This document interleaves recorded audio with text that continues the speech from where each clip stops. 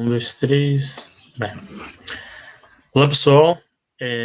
Eu sou o Divaldo Santos, sou diretor de eventos da Neuro e o pessoal já está aguardando ali. Declaro aberto a primeira palestra, né, do primeiro bloco de palestra do Data Science Agro 2. É uma realização da Neuro e da AgroCare, né, uma entidade também da FEARP. E já eu mando mais informações delas aí para vocês seguirem, beleza? Outro ponto, eu queria agradecer aos nossos apoiadores, né, a Alura e a Metalkeep. A Alura é uma plataforma que oferece curso, né, de tecnologia e com negócios digitais. Inclusive, ela está com o Bootcamp aberto. Eu vou mandar o link para vocês, se vocês tiverem interesse em se inscrever.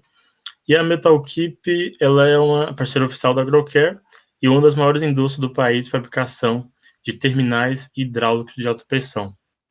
Beleza? Outro ponto também, sorteios. A gente vai ter 2 sorteios no final, 2 acessos de 2 formações da Alura, de qualquer, a qual você escolher. E é isso. Beleza? Acho que esses são os iniciais. Seja bem-vindo, Saulo. Fala aí, meu irmãozão, muito obrigado. Quero agradecer pela oportunidade, poder estar divulgando um pouco dessa ciência e arte, que é a visão computacional. Tem muito de ciência e também tem muito de arte. Como diz o Falcão, arte não é tudo, mas é 100% dentro da visão computacional. Então, eu sempre digo isso, tem a parte lógica, a parte matemática, mas também tem aquela parte artística, que é a resolução de problemas complexos, que faz parte do mundo do agro, da indústria e do dia a dia em que a gente está atuando aí com a inteligência artificial e com a visão computacional. Perfeito. Agora eu vou deixar você aí, né, para passar a sua palestra, e ao passo que alguém mandar perguntas, eu vou aqui interrompendo o Saulo e a gente vai fazendo um bate-papo bem legal. Maravilha. Até mais. Vamos lá. Compartilha a tela para mim, por favor, irmão. O que é a visão computacional? Eu sempre digo que existem 2 tipos de visão computacional. A visão computacional com inteligência, que é aquela que reconhece objetos, que reconhece movimentos, etc. E aquela que trabalha no nível matemático puro. Para exemplificar, eu vou criar aqui uma imagem, tá, de 2 pixels. 2 pixels na horizontal e 2 pixels na vertical, para a gente poder entender como que o computador pensa. Quando a gente vê o filme Matrix, a gente pensa em números, aquelas coisas todas descendo, mas é mais ou menos aquilo, mas não é. A gente vai falar aqui como que seria esse panorama. Essa imagem é um jogo de xadrez do Chaves. Ela tem um pixel preto na esquerda superior e tem um pixel preto na direita inferior. Essa imagem é 2, deixa eu botar aqui um 2 por 2, ok? Como que o computador vê essa imagem? O computador vê essa imagem da seguinte forma: o branco ele é equivalente ao máximo da intensidade, que é 255. O preto é visto como mínimo de intensidade, que é igual a 0. Portanto, essa imagem ela é uma matriz, igual aquela que a gente aprendeu na escola, da seguinte forma: 0, igual um Excel, né? Colunas e linhas. 2, 5, 5, 0, 2, 5. Esse 5 aqui ficou mais parecendo com 1, mas não tem problema. 5. É isso aqui que o computador vê. Como uma planilha de Excel, onde coluna e linha formam uma imagem bidimensional. Isso é visão computacional. Então, quando a gente fala de visão computacional no sentido pleno, estou falando da visão computacional sem tomada de decisão. É aquela visão computacional com matemática pura. Então, no nosso caso, no agronegócio, quando a gente tem, por exemplo, que segmentar entre área de cultivo e reserva legal ou área de preservação contínua, a gente tem lá uma imagem que tem algumas tonalidades de verde. Vamos colocar aqui um verdezinho mais claro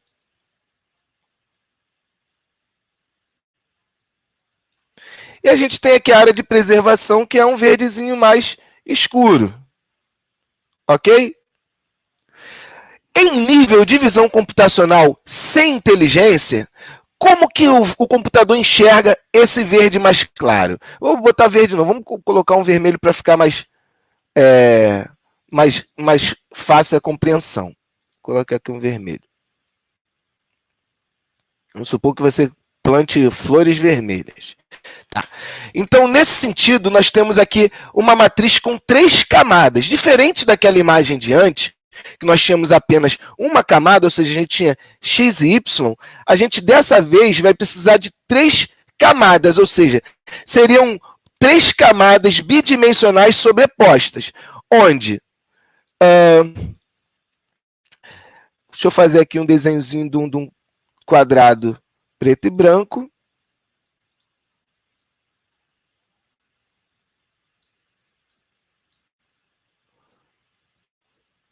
A gente tem que lembrar que o branco ele é a soma de todas as cores, ou seja, se você juntar as 3 cores do RGB, Red, Green, Blue, na sua máxima intensidade, você vai obter o branco. Então, nesse sentido, quando a gente está falando de uma imagem colorida, ela é diferente de uma imagem preta e branca. A imagem preta e branca ela só tem intensidade para o branco e intensidade para o preto, então ela só tem um layer. Quando a gente fala de camadas de cores, a gente está falando de R, G, B. Deixa eu deletar aqui a área de cultivo. E deixa eu fazer essa imagem como ela seria em uma só camada.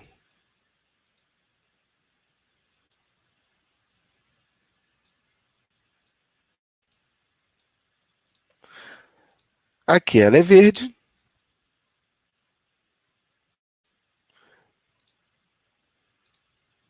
Aqui ela é vermelha. Aqui ela é preta. Como que seria essa imagem dividida em canais RGB? Pois bem, o preto ele sempre é 0, porque o preto é a ausência de todas as cores. Então aqui a gente teria um 0. 0 na camada vermelha, porque ele tem 0 vermelho no preto.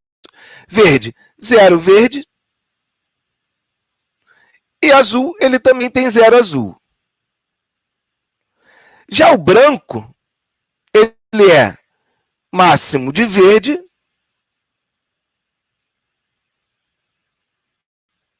mais o máximo, de vermelho, mais o máximo de verde,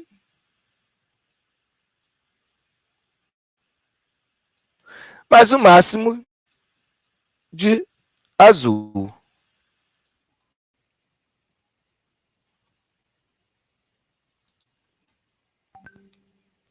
Deixa eu mutar aqui meu WhatsApp. Já aqui o verde, no verde a gente não tem vermelho no verde. Então seria 0 de vermelho. O verde tem o máximo de verde. Então, 2, 5, 5 de verde. E o verde tem 0 de azul, então fica 0. O vermelho tem 0 de azul, 0 de verde e 2, 5, 5 de vermelho. Essas 3 matrizes formam essa pequena imagem colorida. Porque nós temos que transmitir as informações de verde, de vermelho e de azul para formar aqui esse branco, formar esse branco, etc. Então, em nível maximizado, uma imagem gigantesca, agora sim a gente vai fazer a nossa área de cultivo, aqui a gente tem uma área de cultivo. Essa área de cultivo planta flores vermelhas, tá? Para não trabalhar com verde, porque fica mais complicado segmentar tonalidades de verde. E aqui a gente tem também o verde. Lá do satélite, a gente recebe essa imagem, vamos ignorar o espectro, tá? No sentido hiperespectro, vamos falar só do RGB. Então a gente recebe lá uma imagem de satélite, a gente precisa segmentar o que é área de cultivo do que não é área de cultivo. A gente lembra que o vermelho é diferente do verde. Ou seja, a gente tem uma função. Ops, que G feioso. Meu Deus, deixa eu deletar esse G aqui. A gente tem uma função que vai medir para a gente a quantidade de verde e de vermelho e vai fazer o seguinte: se nesse pixel daqui o G for maior que 0, salva para mim na máscara. Isso para criar a máscara verde. Para eu criar a máscara vermelha, eu vou fazer o seguinte. Aí no mesmo verde, perdão, if R maior que 0, vou botar aqui. Não coloque, né? Vou botar aqui não coloque em M na máscara. Ou seja, eu vou criar uma outra imagem composta apenas com a área onde é verde, e depois eu faço o oposto. If R maior que 0, joga dentro da máscara nova. If G maior que 0, não joga.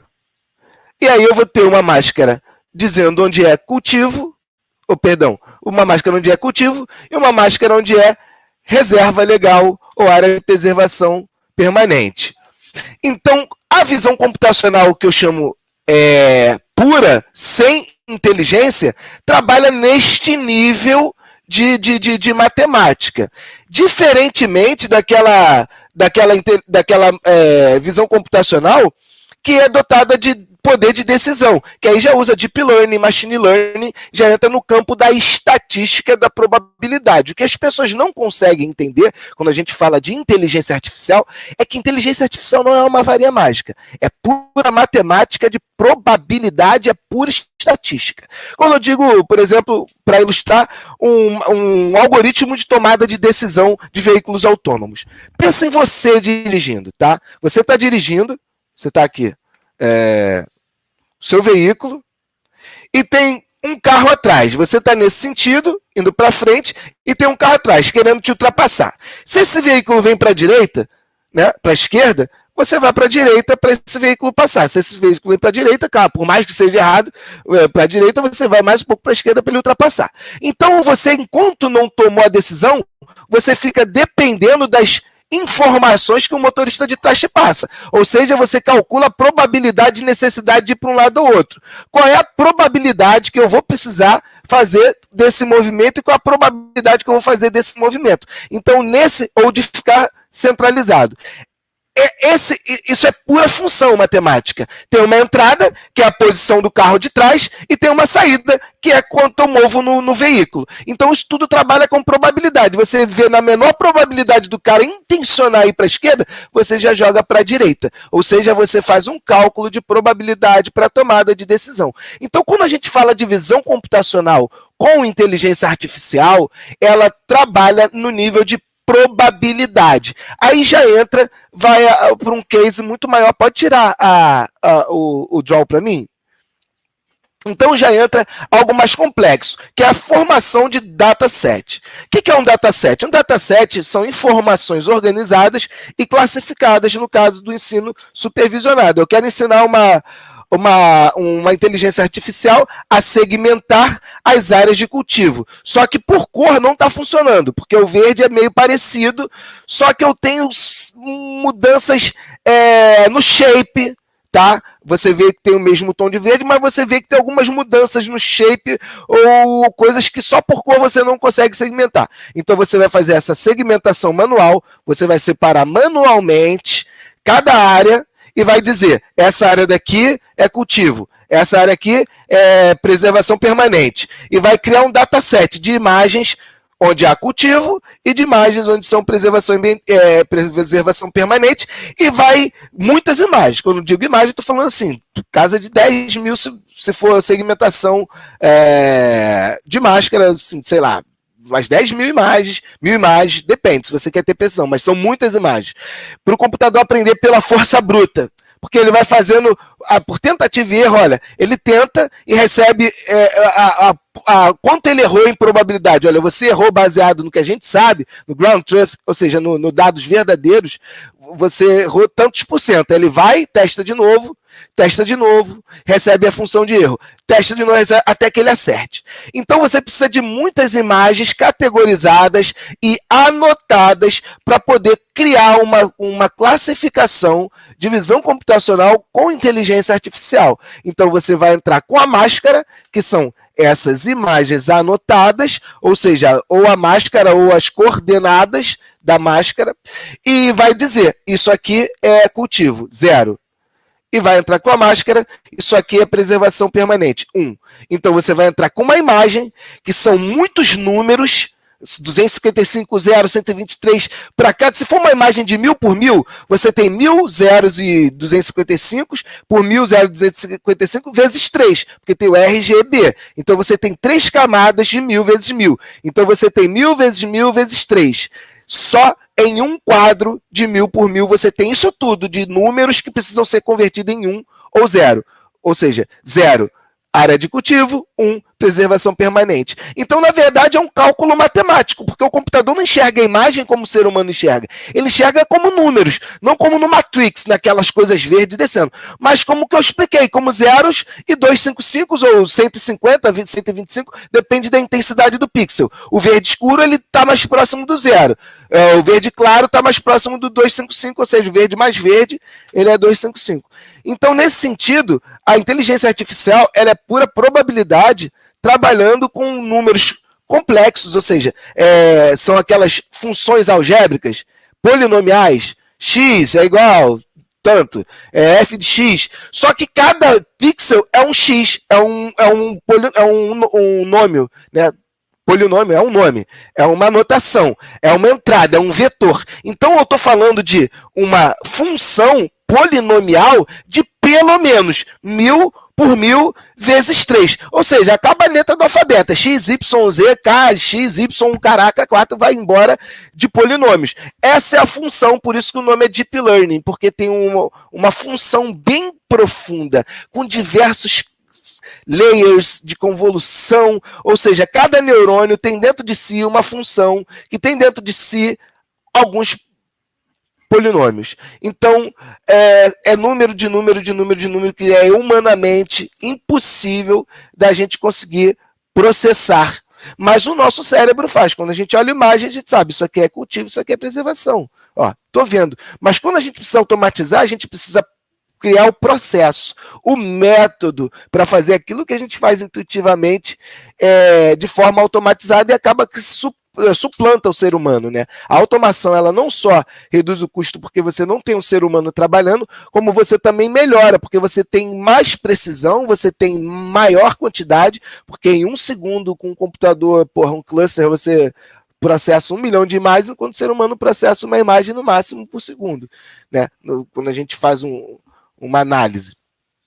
Então, nesse sentido, a visão computacional ela é pura matemática. Só que essa é a parte fácil. É a parte que você sabe a fórmula e você sabe o que vai sair. A grande questão, que eu sempre digo da visão computacional, é a questão artística, que é aquilo que não é formulável, que é a resolução de problemas complexos através da experiência ou do brainstorming, da cognição.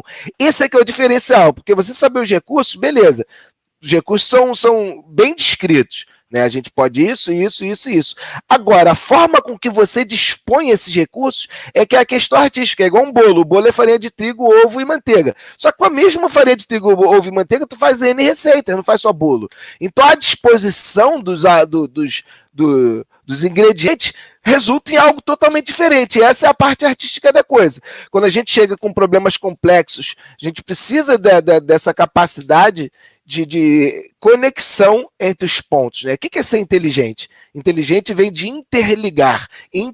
inteligente. Interliga, interligar. Ou seja, você faz conexão entre dois pontos que estavam desconectados. Inteligente tem a ver com conexão de pontos, mas também tem a ver com tempo. Não existe inteligência com tomada de decisão demorada. Sun Tzu disse que nunca viu inteligência associada a decisões demoradas. Inteligência é você tomar decisão em pouco tempo.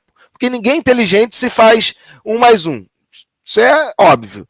Agora, a pessoa que faz 1.383.476 dividido por 437 de cabeça rápido, esse cara é inteligente porque o tempo conta como fator de inteligência. Então, o que é ter uma solução inteligente? O que é trabalhar com inteligência artificial? Trabalhar com inteligência artificial transcende a questão de você saber os recursos da inteligência artificial. Trabalhar com inteligência artificial é você ter inteligência na usabilidade dos ingredientes, dos recursos que a inteligência artificial te proporciona. E essa parte é a parte artística, que é a parte que que eu vejo que os recrutadores pecam em encontrar. Porque um diploma, ele não quer dizer absolutamente nada. Hoje o Saulo, ele tem duas frentes, né? Uma frente de treinamento, oferecendo treinamento nesse sentido, inteligência artificial, e desenvolvimento em duas empresas diferentes. E o que eu vejo na empresa de treinamento é pessoas com currículo astronômico, PUC, MIT, Harvard, mais Jesus no meio ali, e um pouco de macumba gospel pentecostalizada no currículo, fala, esse cara sabe. Quando tu bota para resolver, não sabe. Então, o currículo, a formação, ela hoje não é suficiente para te dizer o cara que está apto. A gente precisa do cara que tem a capacidade de resolução de problemas complexos, independente da visão computacional, da inteligência artificial, e se ele se formou em Berkeley. A gente precisa de métodos para conseguir crivar esse cara. Por que eu digo isso? Porque eu fui esse cara que não foi encontrado pelo processo, entende? Eu vi hoje, quando eu participo de processo de recrutamento, ou quando eu dou consultoria nesse sentido, eu venho na contramão da proposta do RH, que procura primeiro a formação do cara, que procura primeiro saber onde o cara estudou, porque eu não estudei. Então, a gente tem uma transformação digital hoje, a gente tem uma acessibilidade digital hoje que a gente precisa encontrar essas pessoas artísticas e capacitar esse cara dentro do que precisa ser feito, se ele tem amor por aquilo dali. Então, muito mais importante dentro da visão computacional, dentro da inteligência artificial, é a gente conseguir encontrar talentos natos ou então pessoas esforçadas no sentido da resolução de problemas. A resolução de problema é que é o grande déficit dentro de todas as tecnologias, e o Brasil, a gente tem um alto potencial em resolução de problemas complexos, desde o Bombril. Eu sempre falo isso, tem o cara que bota Bombril na antena, porque antes ele testou com um pano de prato, testou com um pedaço de jornal, sem lógica, mas tem um cara que sabe que o Bombril é um bom condutor e que ele vai aumentar a área de recepção das ondas de rádio. Então tem o cara que bota o Bombril, que é gambiarrento com fundamento, e tem o cara que vai na tentativa e erro, que botou ali e deu certo. O Brasil, ele é um país que tem vários especialistas em resolução de problemas complexos, porque o nosso país, as nossas condições impõem isso no nosso dia a dia. Então o que eu digo é, a gente precisa muito mais do que procurar alguém que já está estabelecido no mercado como eu, ou alguém que já está estabelecido pela sua formação, procurar alguém que tenha capacidade de resolução de problemas complexos. Esse é que é o grande viés que a gente precisa encontrar, ainda mais dentro do agronegócio. Eu dei consultoria para algumas empresas do setor, em Goiás, ali, Sul, etc. E eu sempre trago para dentro da discussão o pessoal do marketing, o pessoal criativo, o pessoal da publicidade, o pessoal da cantina. Eu quero quem é criativo. Quem é aqui que é o cara engraçado? Quem é que conta piadinha? Quem é que traz ele para o brainstorming? Por quê? Porque eu preciso de cara que tem... Einstein, ele diz o seguinte, entre conhecimento e imaginação, queira imaginação, porque você precisa saber o que precisa ser feito, depois como fazer. Então, o que precisa ser feito vem de mentes criativas. Tá? Depois a gente vai e resolve, paga alguém para fazer o que precisa ser feito, que a gente detectou. É muito mais fácil terceirizar. Einstein mesmo terceirizava as suas fórmulas matemáticas. Então, nesse sentido, a gente hoje precisa mudar a nossa mentalidade quando a coisa é visão computacional, inteligência artificial e tecnologia de forma geral. Eu sou a favor da contratação de criatividade, de pessoas criativas e que tenham disciplina, porque a disciplina ela é necessária para que a gente consiga ter método, né? Não aquela disciplina espartana, não. Disciplina mental. Disciplina na capacidade de organizar as prioridades e os recursos e chegar numa resolução em pouco tempo. A gente tem alguma pergunta aí?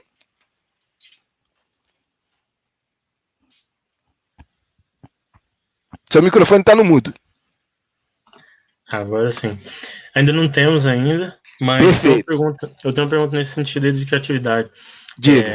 Qual é a sua opinião para criá-la, né? Acho que hoje a gente está inserido na faculdade e tal, e tem muitas pessoas que dizem que às vezes a faculdade hoje está muito obsoleta, né? O modo de aprendizado. Então, como conseguir isso fora da universidade ou em experiências curriculares? Eu sou especialista nisso porque eu não sou formado, né? Eu sou especialista em ser Saulo. Ou seja, o cara que não foi para a escola, o cara que fugiu da escola, deixo isso bem claro. Eu não tinha interesse em estar dentro da escola, porque... Pode deixar você aí na tela, porque eu olho para você. Eu não tinha interesse, a escola não era interessante, né? Ela não me trazia. O que é interesse? Trazer para dentro, lá dentro. A escola não entrou dentro do meu coração. Eu repeti a sexta série 2 vezes, repeti o primeiro ano 3 vezes. Até que eu evadi, fiz supletivo daquele, fiz uma prova para ter antigo segundo grau. O que eu vejo a gente precisa ser objetivo. Eu fui músico 20 anos, então eu sei como ser autodidata, porque eu saí da música 20 anos e me tornei uma referência nacional em inteligência artificial, algo que as pessoas acreditam que seja exclusivo de branco com bronquite, que se formou em Berkeley, né? Nunca vi um preto tatuado funkeiro como eu, como especialista. Tô aí, sou eu. Então eu sei dizer qual é o caminho. O caminho é o seguinte: tem que gostar muito. Sempre falo disso, futebol. Tem um cara que joga bola porque gosta pra caramba e tem um cara que joga bola porque só tem aquilo dali pra fazer. Ele nunca vai ser tão bom quanto o cara que gosta muito. Se for, ele não vai ser dedicado e ele vai perder pro cara que gosta muito. Então a primeira coisa você tem que ter uma paixão visceral. Visceral, porque senão você não vai conseguir competir. Eu tô falando de competição. O mundo é competição.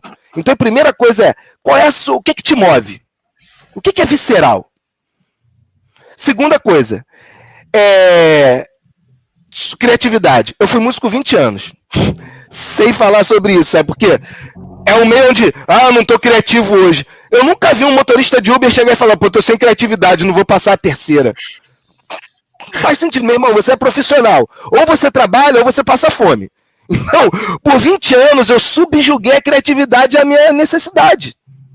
A mãe da criatividade é a necessidade. Você vai criar de acordo com o que você precisa. E precisar, ser preciso, é ser o quê? Certeiro, né? Que tira o preciso. Mas se você olhar, tem a ver com necessidade, precisão. Precisar, necessidade. Não é só homófona. Elas são, na verdade, etimologicamente parentes. Diferente de poste e post, né? Que não tem etimologia compartilhada. Ser preciso é você precisar acertar. Né? Então a precisão é de quem precisa. Se você precisa muito, então, nesse sentido, inspiração quando você precisa muito, ela vem. Aí já vem a questão do que eu falo do tiro intuitivo do soldado. Ele treina tanto aquela bosta que ele não vai ficar... até erra. Se mirar, até erra. Então, transformar a criatividade em algo em reflexo condicionado, ou seja, condição. Né? Você... Quanto músico, hoje ainda a mesma coisa, você tem que ter rituais, porque o ser humano ele é cíclico. Né? Se você todo dia faz xixi de manhã, vai ser difícil você não fazer xixi de manhã um dia, porque o teu corpo ele cria esses ciclos, né, de repetição. Então, a criatividade ela vem do ciclo de repetição. Você forçar ela, você está sujeito a ser um sujeito... O que é criatividade? Como eu falei, inteligência, é você interligar os pontos. Aí eu já vou entrar numa outra questão socrática, que vem o ócio produtivo ou o ócio criativo. Você tem que ter um momento de ócio criativo. Dentro da tua empresa, você tem ócio criativo? Ou é pressão criativa? É foda. Pressão criativa não é ócio criativo. Sócrates morreu por causa disso. Ele foi obrigado a tomar cicuta porque há 3.000 anos atrás ele defendeu a capacidade que o cara tem de ser mais inteligente, ou seja, de interligar os pontos, que é um brainstorming. Você tem lá uma confusão de pensamentos, números, sentimentos, emoções, minha mãe, meu carro, meu cachorro, o presidente, o caralho. Você precisa ter um tempo para que essas pontes neurais sejam realizadas. Ócio criativo. Por isso que eu acredito muito no home office, porque ele te permite, em parte, porque quando se você vai para a empresa, você tem o ritual. Fui para a empresa, estou trabalhando. Quando você está em casa, se você não tem ritual, tu trabalha 24 horas, ou então você não trabalha 24 horas. Então, por isso, mais uma vez, eu reforço. É necessário você ter o ritual, o momento da criatividade, porque o teu corpo ele vai se lembrar daquilo ali, acabou. Então a criatividade, a transição de carreira, o que fazer, tudo tem a ver com essa ordem. O que eu gosto de fazer e se eu invisto tempo desenvolvendo o que eu gosto de fazer. Porque dentro do desenvolvimento tem o replicar, que é o momento em que você replica o que outras pessoas fizeram, falando da música. É quando você toca uma música conhecida, falando de programação, é quando você olha um GitHub. Quando você pega aquilo que já é conhecido, entendi como funciona, entendi como funciona. Aí você passa a improvisar, aí você passa a criar o seu próprio código. Então, quando você, dentro do ócio criativo, você tem que ter um momento de replicar e um momento de criar. Então isso aqui tem que ser extenso pra caramba, cara. Que se você deixa o ócio criativo pra meia hora eu tomo um café, brother. Então o grande problema os caras querem que eu resolva o problema de um avião, porra, em meia hora. Pelo amor de Deus, quer que eu resolva o problema de jateamento da bomba de herbicida, que, porra, o carro tá em movimento, trepida pra caramba, a planta já não tá onde tava, eu tenho que fazer um cálculo de rota, de precisão de tiro para ter menos herbicida no meu prato, menos custo, porque 80% do custo da soja é com herbicida, em meia hora. Então o que a gente precisa, na verdade, é política de criatividade. As empresas precisam aprender com os vagabundos. A gente vê, todo mundo falando contra vagabundo, maconheiro, músico, mas graças a isso a gente tem um cara que é referência nacional em inteligência artificial, porque eu entendi na arte como é importante o processo criativo para que você tenha ali no brainstorming a interligação, ou seja, inteligência, a ligação entre dois pontos desconectados. Então, muito mais, cara, do que sua faculdade, muito mais do que qualquer curso que você escolher, é você ter em mente que para você ser competitivo, você tem que amar e você tem que ter tempo para replicar e para reproduzir. Porque reproduzir é uma cópia diferente. Eu sou uma reprodução do meu pai e da minha mãe. Eu sou nem a cópia do meu pai, nem a cópia da minha mãe, e ao mesmo tempo eu sou a cópia do meu pai e a cópia da minha mãe. Então, a reprodução, ela não é clonagem. Ela é uma transformação substancial naquilo que eu estou observando. Então, o grande questão é tempo. O ativo mais caro para o estudante, para o produtor, para o empresário é o tempo. Quem está disposto a pagar 4 horas para um funcionário ficar de bobeira? Trocando ideia com outro funcionário. É dali que vai nascer, é daí que nasce. As minhas melhores. Se você ver o histórico da Atari, que foi a empresa que revolucionou isso, tudo que está acontecendo hoje veio da Atari, tá? Veio de lá.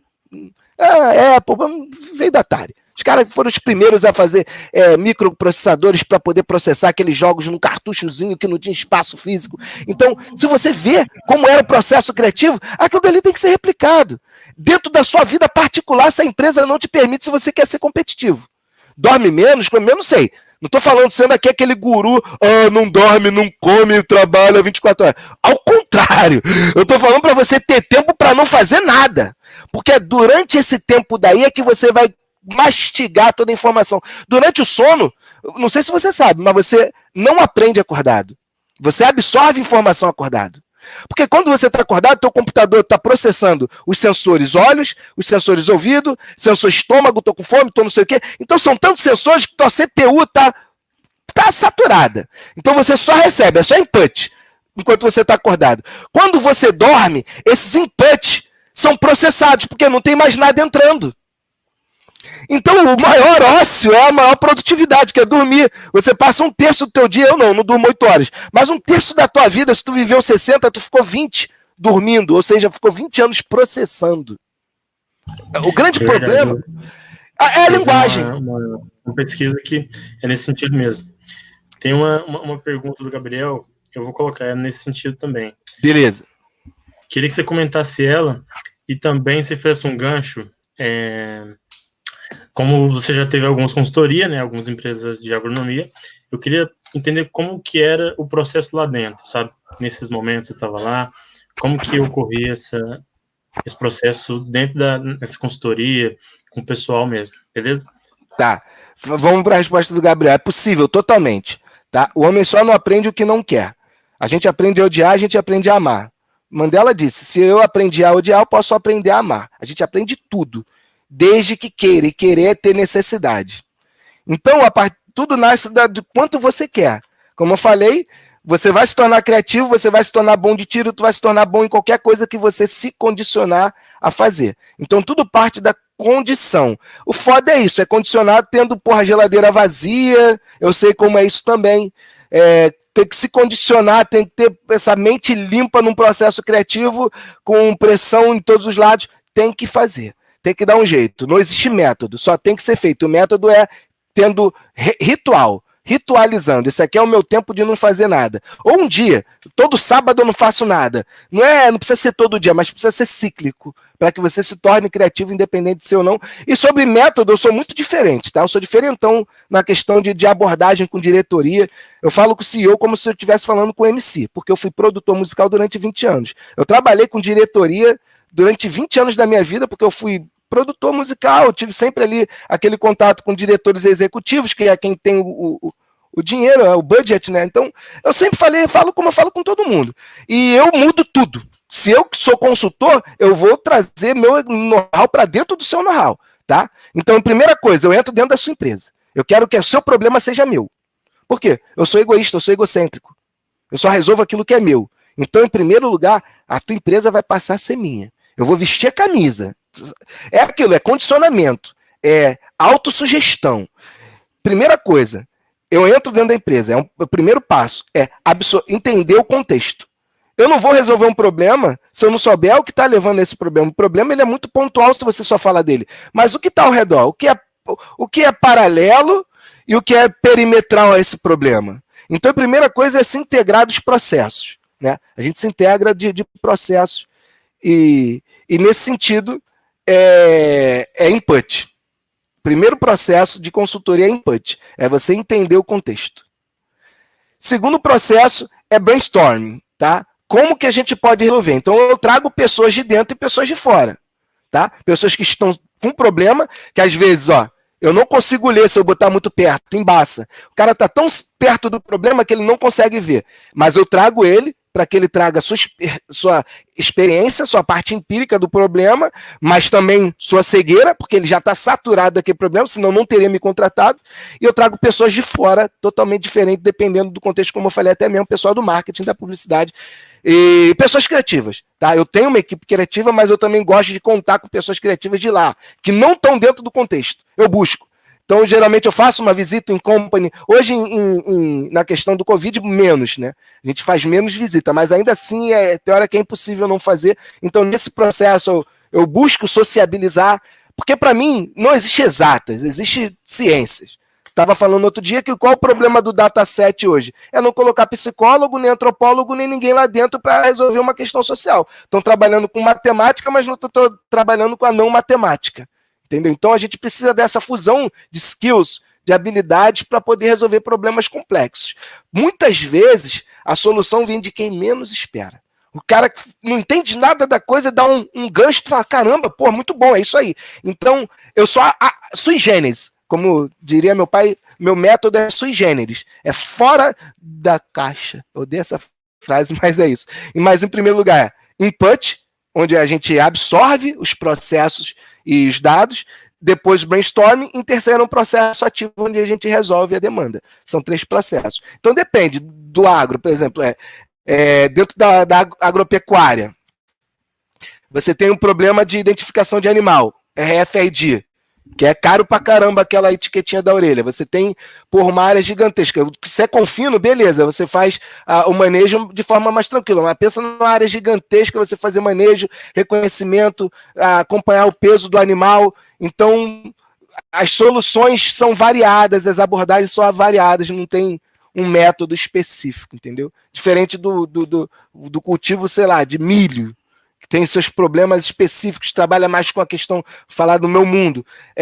Hoje, dentro da visão computacional, a gente tem a inteligência e a matemática. Na matemática, a gente trabalha muito com segmentação de cor, né? Segmentando áreas, aqui está cultivado, aqui não está cultivado, ou reconhecimento de fases, né? Também, porque, por exemplo, na questão do herbicida da soja, enquanto é broto, ele não se diferencia do que é planta invasora e o que é soja. E é a fase mais difícil, né, de você conseguir usar menos herbicida. Então você precisa de uma inteligência bem complexa. Porra, pra caralho. Dados organizados e processados em tempo real. Como? Você tá no meio de um mato, né? Tu vai botar um GPU, um cluster num trator? Não vai. Então são problemas diferenciados pra caramba. Desde a barra que treme demais, que tem a câmera na ponta, a satélite que tá lá em cima vendo tudo verde. Então são muitos problemas diferentes. Beleza. Muito bom que você comentou, muito esclarecedor também. E tem uma pergunta aqui da Jéssica, acho que é algo mais de carreira. Ela fez dois pontos, né? Eu vou colocar o último que tem a pergunta. Mas ela comenta que ela trabalhou na graduação com processamento de sinais bioelétricos em plantas, eletrofisiologia e está no meio acadêmico mestrado. Aí ela faz essa pergunta aí, né? Ela pede alguma dica aí para alguém que não tem experiência, mas quer inserir nesse mercado. Boa pergunta. Vamos lá. Eu faria o seguinte: para mim, furar bolhas, para mim, vírgula, né? Esse mim não está conjugado. Para mim, vírgula, furar bolha tem a ver com a capacidade de se mostrar para quem não te conhece, independente da bolha que seja. Como que eu vou saber o que você pode agregar a mim dentro do agro? Você se mostrando capaz da solução de algum problema. Por exemplo, como que o cara do agro conseguiu conhecer o Saulo? Eu fiz alguma prova de conceito ou algum trabalho em que o cara identificou que aquele problema que eu resolvi para dava para resolver o problema dele. Então, o meu papel como divulgador da visão computacional é de minimizar a distância entre o que eu sei e o que eu sei resolver e o que você precisa resolvido e como resolve. Então, eu preciso que você veja o que eu posso fazer dentro do que você precisa. Entendeu? Por exemplo, portfólio. Não adianta você pegar um portfólio no Nubank. Aqui minha conta do Nubank. O teu portfólio tem que falar o que você sabe fazer. Eu trabalhei com segmentação de bactérias dentro da amostragem. Cara, se você consegue separar uma bactéria vermelha de um fundo verde, o cara do agro vai ver, ele consegue separar um cultivo do não sei o quê. Você tem que sugerir isso. Olha, assim como eu fiz isso aqui, eu também quero aprender, quero colaborar com o meu conhecimento dentro do mercado e tal. É divulgar. Tá? A internet hoje, ela tomou o papel de você ir para a rua. Antes você tinha que ir para a rua, fazer parte de movimentos, etc. Hoje você pode fazer parte de movimentos dentro de casa. É buscar grupo de agronegócio, de WhatsApp, Telegram, no LinkedIn, divisão computacional, ver quem é de agronegócio, começar a interagir. Eu comecei interagindo, eu queria entrar dentro do agro. O que eu fiz? Comecei a procurar empresas de agronegócio fazer parceria. Olha, eu tenho aqui essa solução, eu tenho essa tecnologia. O que a gente pode fazer para desenvolver uma POC juntos para poder divulgar o seu trabalho e o meu trabalho no próximo cliente? Então é isso, você ter essa visão de que você precisa mostrar para o cara que está do outro lado que o que você sabe pode solucionar uma demanda dele, porque ele não vai ver se você não mostrar. Né? Então, em primeiro lugar, para furar a bolha, é a capacidade de mostrar o que você sabe fazer e como aquilo dali é plástico, moldável para outras áreas. Isso é transição de carreira. É você mostrar o que você sabe fazer. Por exemplo, quando eu fiz a transição da música para a visão computacional e inteligência artificial, eu comecei com música. Eu comecei fazendo exemplos de visão computacional com cantores, falando do tom da música e falando da visão computacional, misturando os dois mundos. Por quê? O cara que gosta de música vai compartilhar por causa da música, o cara que gosta da visão computacional vai compartilhar por causa da visão computacional, e aquilo dali vai chegar em quem não gosta de nenhum dos dois, que precisa de outra coisa que está dentro de um contexto geral. É a bola de sinuca batendo numa outra, que vai na outra, é reação em cadeia. Então, a reação em cadeia parte de se mostrar para fora e de mostrar com plástico, ou seja, com moldável, essa sua capacidade. Perfeito, boa resposta. Temos mais. O pessoal está gostando bastante. Maravilha. Tem mais uma pergunta que eu queria saber sua opinião. Você tem resolvido esse problema técnico da dificuldade de acesso à internet, de processamento em tempo real no meio rural? Isso não é comigo, né? Isso daí é com o pessoal de infra. Eu trabalho só com visão computacional e deep learning. Isso é uma bosta, tá? A gente está esperando 5G, tem o LoRaWAN, tem uma série de coisas que isso é um problema sério, que é o streaming, processamento na ponta. Você não pode invadir uma máquina para colocar um cluster, né? Tem que ser não invasivo. Não invasivo é Wi-Fi. Como tu vai fazer Wi-Fi numa área, numa zona de, sei lá, 10 quilômetros? Então, é um problema de infra. Eu não estou resolvendo isso porque eu não resolvo isso. Alguém está se ferrando, porque eu sei que é complicado. Eu tenho preferência por processamento na ponta, quando é nesse caso, tá? E aí já vem outros problemas também de infra, de processar na ponta. Perfeito. Aqui não tem mais nenhuma pergunta. Beleza. Você quer puxar algo aí? Não, sim, mas mesmo para explicar para o pessoal que a visão computacional em si, quem está falando isso é um cara que não estudou, é super acessível, tá? Inteligência artificial, super acessível. Por quê? Porque a gente trabalha com módulo, né? É igual montar móvel. Você comprou um móvel, tu precisa saber marceneiro para montar um armário? Não, porra, precisa do manual de instrução. Saber onde bota cada placa e cada parafuso. A gente chegou na época modular da inteligência artificial, da visão computacional, onde você não precisa ser matemático, não precisa ser físico, nem, radiologista do escopo de Jesus, ver a alma do Espírito Santo. Não precisa de nada disso. Você só precisa Deixa eu cair aqui. Deixa eu mexer aqui no meu Wi-Fi. Voltou. Você precisa de vontade. Vontade, tá?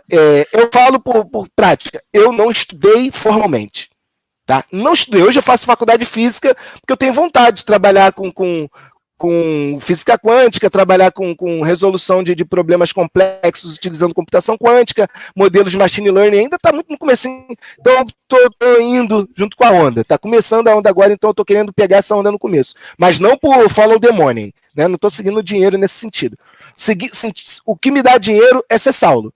A universidade, estudo, nunca deu nada. Então, o que eu fiz? O que a gente faz para poder entender visão computacional? Eu lembro, cara, sério, eu fui muito crítico da matemática quando eu estudava. Porque quando eu via x é igual a menos b, mais ou menos, x quadrado, b quadrado, menos 4ac sobre 2a, eu falava, professor, quando que eu vou entrar no mercado? Porque minha realidade era aquela. Tá? Quando que eu vou entrar no mercado e vou chegar e vou pegar um açúcar, x é igual a menos b, mais pode ser mais 2 ou menos 5. Quando que eu vou usar isso? Quando que eu vou aplicar um negócio que tem duas respostas? Então eu sempre fui muito crítico. Para que eu estou aprendendo trigonometria? Professor, o que eu quero saber de porcaria de arco tangente, professor? Que isso vai mudar minha vida?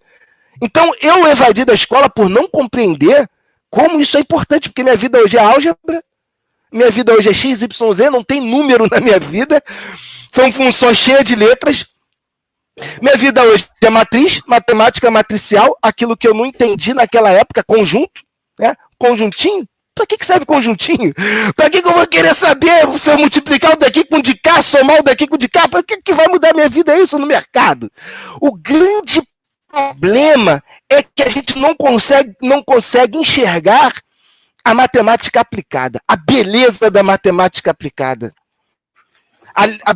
É lindo você ver que com aquela coisa modular que você pegou, copiou e colou, você moveu um volante de um veículo, por exemplo. Como que eu sei a curvatura que um volante tem que fazer numa rua assim? É a tangente, porra. Eu vou pegar a tangente e vou pegar o centro da minha direção, a tangente eu tenho que virar no volante. Olha que legal, eu apliquei a tangente, o arco tangente, eu consigo medir a distância entre dois pontos, e caralho, e porra, que bacana, cara. Olha quanta coisa eu consigo fazer com a matemática, quando você consegue aplicar no dia a dia. Então, quando eu falo da matemática matricial, se eu ensino para um aluno da 6ª série, que através da cor, ele consegue usar a matriz e separar uma maçã de uma folha, o cara vai falar, eu entendi para que serve a matriz. Então a matemática, ela não é aquilo que você aprendeu na escola. Não é. O que você aprendeu na escola é antimatemática. É contra. Ela depõe contra o que a gente usa no dia a dia. E a minha vida hoje, eu sou matemático e não tenho formação, eu sou um cientista sem ter formação. Então a questão toda é, como que a gente está enxergando o conhecimento? Independe do que você tem no papel. O teu papel ele pode servir para 2 coisas. Uma delas é se limpar. Então o que importa, na verdade, é o que você faz com o conhecimento que você tem. Uhum. O que esse conhecimento representa para você? Porque eu conheço... Cara, o que eu mais vejo é pessoa formada em inteligência artificial que não entendeu a inteligência artificial. Não entendeu. O cara aprendeu a copiar e colar. Mas ele não entendeu de fato. O cara, por exemplo, no outro dia eu fui dar consultoria, os caras estavam usando classificação para um problema de regressão. Nunca vai chegar a lugar nenhum. Pô, porque é de 0 a infinito. A regressão é de 0 a infinito, ou para os 2 lados, né? Infinito para cima e infinito para baixo. Classificação você tem ali, é 0, é 1, é 2, é 3, você teria que criar a classe para cada infinitude dessa. Então é insolúvel dentro daquilo, ou seja, o cara não entendeu o que ele está trabalhando, o que ele se formou. O que eu vejo hoje é isso. Tá havendo um déficit de conhecimento na formação e tá havendo um déficit de contratação com quem não tem formação e tem conhecimento. Eu tô aqui. Uhum. Eu mandei 1000 currículos, cara. Antes de eu ser o Saulo, antes de eu ser referência nacional, o caralho, eu mandei 1000 currículos para 1000 empresas, mais até. Eu não fui chamado para uma entrevista. Uma entrevista. Eu já era o Saulo aqui dentro.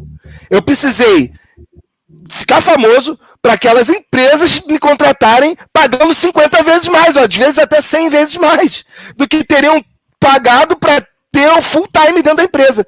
Vai pagar 100 vezes para ter uma horinha de Saulo hoje. Porque problema do RH. O problema está lá na relação humana. Não, RH, relações humanas, não estão se relacionando com os humanos como os humanos são. Estão se relacionando com os humanos como querem que os humanos sejam. Ou seja, eu quero isso e eu vou me relacionar porque eu quero isso. O que você quer está diferente do que o teu chefe quer, meu irmão. O teu chefe quer resolver o problema. Então o que o Saulo fez foi chegar no chefe. Furei a bolha. Falei, meu irmão, já que o RH não me vê, eu sou invisível, eu vou chegar na diretoria. Eu vou fazer um jeito. Eu vou mostrar o que eu sei fazer e aquele cara lá que não sabe nada do que ele está querendo, que está me furando na contratação, vai ser pisoteado. E é o que acontece. Infelizmente, o autodidata, o cara que tem conhecimento, ele tem que massacrar 300 mundos para poder ser visto como um cara que tem o pior diploma na pior universidade e não tem capacidade nenhuma. Ou como o cara que tem o melhor diploma e não tem capacidade nenhuma. Então quem perde somos nós.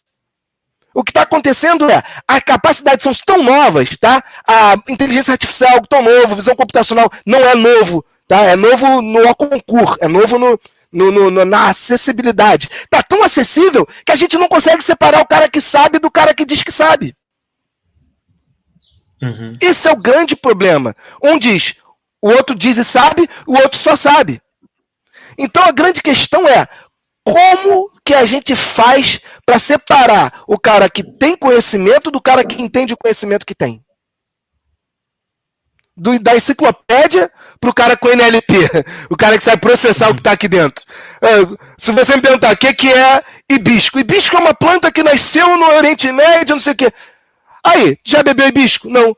Já viu hibisco? Não. Já segurou hibisco? Não. O que é hibisco? É uma planta que nasceu no Oriente Médio, não sei, só sabe falar se for na cartilha. Não sabe sair da cartilha. A grande questão é essa, é compreender a natureza, através de empirismo. Aí é que entra o que eu sempre digo, que é a matemática empírica, que é a capacidade de entender o que está ali atrás. Opa, entendi. Isso não se ensina. Isso daí você, no máximo, exibe para o cara poder ter poder processo cognitivo por dentro por si só. Porque isso não é transmissível. Eu não consigo botar na tua cabeça. Não consigo. Isso vem com muita prática, né? Porque eu falei, a gente tem aqui dentro do processo do ócio criativo, a gente tem a área de replicação, que é onde você replica o que está sendo feito. E depois reprodução. Replicar é copiar. 0, 0, 1, 1. Reproduzir é aqui está 0, mas eu quero botar 0,3.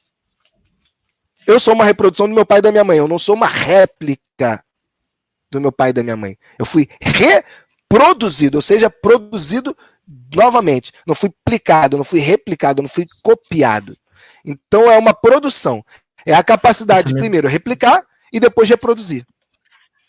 Pensamento crítico, né? Porque a partir disso você consegue criar algo novo. Perfeito. Bom, pessoal, o Vitor aqui deu uma sugestão, acho que só que ele falou, só complementou sua ideia, né? E bastante pessoas que foram muito criativas e importantes para o desenvolvimento do mundo não tiveram algum tipo de informação, né? De formação. O Thomas Edison, Henry Ford e vários outros, né? Que foram suplantados por quem tinha. Essa é a verdade. Ele vai até um lugar. Infelizmente, a não formação te leva até um lugar. Depois você precisa de algo formal ou de alguém que passou pela formalidade para transcender. Porque faltam detalhes. Estou falando isso por conhecimento. Faltam detalhes. Por exemplo, eu tive que aprender inglês favela, cara. Eu fui criado na favela, não fiz cursinho. O máximo que eu cheguei perto de um curso de inglês foi vender salgado na porta. Então eu tive que aprender inglês para aprender matemática. Porque eu não tinha em português nada do que eu precisava e eu precisava aprender. Então eu tive que... Como que eu aprendi? Ouvindo rap. Comecei a ouvir rap, vendo letra. Ah, entendi isso aqui, quer dizer isso, entendi. Hoje eu entendo 100% do que é dito numa aula, dentro de uma palestra, apesar de não conseguir me comunicar por timidez, né? Mas a compreensão é total. Então a gente precisa sempre saber o seguinte, a formalidade, ela é boa. O que é ruim é achar que só a formalidade é boa. O que é ruim é não colocar dentro da formalidade o que o povo está precisando. Vem com a formalidade do século XIX, quer caber no século XX. Porra, dá um tempo. A formalidade é boa, se ela se adaptar. Ela tem que ser plástica. O meu problema com a formalidade é que eu estava com o século XIX na escola. E eu sou um cara do século XXIII. Eu nascia adiantado pra caralho. Pra mim eu tinha que ter nascido daqui a 300 anos. Então, imagina um cara que tem a cabeça no futuro, onde que vê, pô, tô cagando pra todas essas coisas temporais, tem que estudar aquele monte de coisa do passado com didática do passado.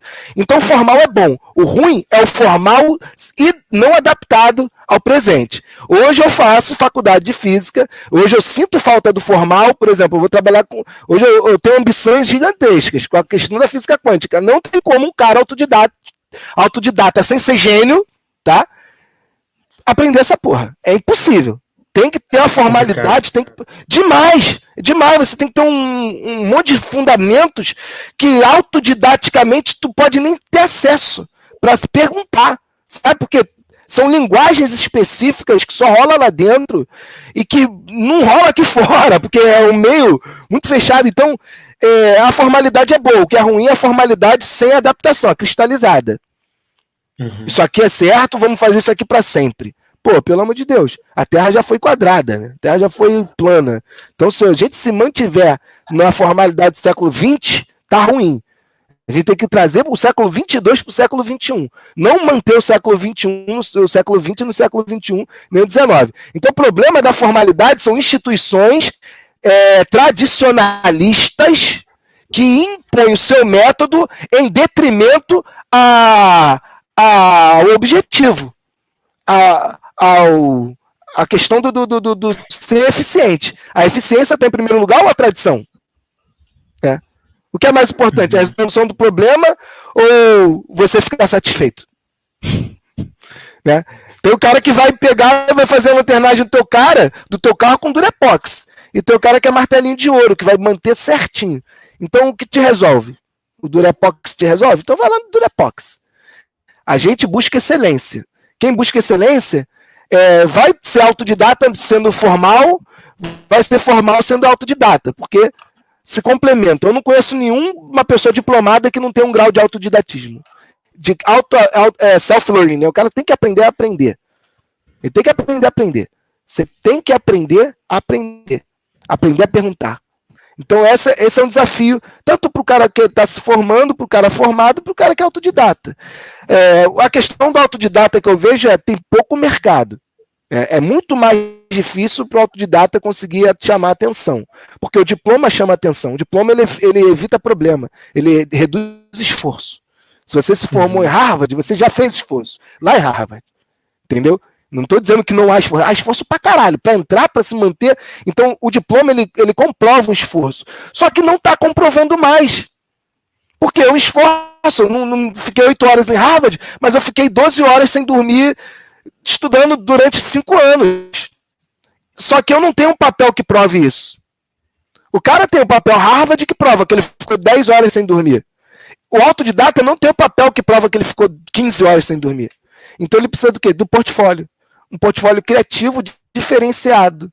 Porque se ele vier com o Nubank, tá fudido. O Nubank é aquele template que todo mundo faz, aquela bosta no LinkedIn. Que fiz o template no Nubank. Cara, na boa, tu não vai conseguir nem estágio de estagiário. Não vai conseguir nem estágio de estagiário. Não vai. Tem que ser criativo, tem que mostrar qual é o seu diferencial, quem você é, porque quando eu contrato alguém, eu não estou contratando um profissional, estou contratando uma pessoa profissional. Então eu tenho que saber quem você é e o que você sabe fazer. Então essas duas coisas têm que ser ditas. E o diploma não diz. O diploma só diz 3% do lado de lá. Entendi. E a gente está chegando no fim, né? Maravilha. E o papo foi muito bom, né? E que bom. A gente amarramos aí com essa questão de criatividade. E para entender mesmo que visão computacional ela é junto com a criatividade, né? Não importa de onde você está, é agro, mais importante, tá? Mais importante, porque se você consegue saber o que você quer, você vai no Google e ele te diz como resolver. Então a criatividade ela está acima do conhecimento. Einstein que disse isso. Depois dá uma buscadinha lá que ele falou que a imaginação está acima do conhecimento. Perfeito. Eu vou pedir para o pessoal responder o feedback aqui, né? E já mandei aqui no chat. Inclusive, eu queria lembrar que quem responder esse feedback no fim da mesa redonda lá, 4h30, a gente vai sortear para quem responder esse feedback e vai ter outro sorteio para quem comprou o nosso sorteio solidário, beleza? Então, eu acho que é isso. O pessoal não tem mais nenhuma pergunta. Tem mais comentário de pessoal achou bem sensacional, muito bom. Maravilha, irmão. E eu queria deixar você falar a última palavra, né? Queria agradecer você pela presença e foi muito bom, beleza? Deixa você com a última palavra aí só para amarrar e a gente finaliza, beleza? Quero agradecer, né, pela oportunidade. Muito bom estar falando sobre visão computacional, em primeiro lugar. Em segundo lugar, falar sobre acessibilidade é importante. Porque a gente está passando por transformações econômicas, sociais, transição de carreira vai ser uma realidade para muita gente, e eu quero falar, é possível, tá? Eu sou um cara que 20 anos de música, sem estudo, nunca tive carteira de trabalho assinada, e hoje eu sou uma das maiores referências de visão computacional num país do tamanho de um continente. Então, se você está passando por qualquer tipo de auto-julgamento, dizendo que você não é capaz, cara, você consegue, porque se eu conseguir, tu consegue muito mais, tá? Muito, muito, muito mais. Perfeito. É isso aí, galera. Acho que a gente finaliza, responda o feedback e a gente volta daqui a pouco, 2 horas, com a palestra do Walter, da usina São Martinho, beleza? Abraço. Valeu, Saulo. Até mais.